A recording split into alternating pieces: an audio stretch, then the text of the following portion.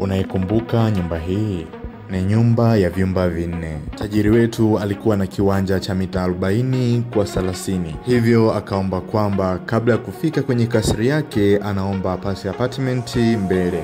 Kwa hiyo kwa upande wa mbele hizi ni apartment ambayo kila moja ina vyumba vitatu. Lakini kwa upande huu wote ni kwa ajili ya tajiri wetu, ambapo hii ndio ile nyumba yetu yenye vyumba vinne. Kimoja master, kimoja self na viwili venye public toilet. Bila kusahau sitting, dining, kitchen pamoja na store.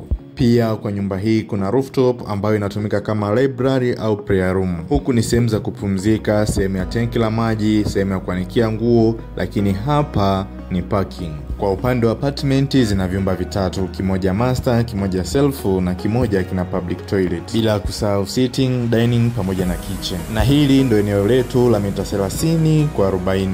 Je, eneo lako lina mita ngapi? Usikurupuke. Karibu jenga nasi.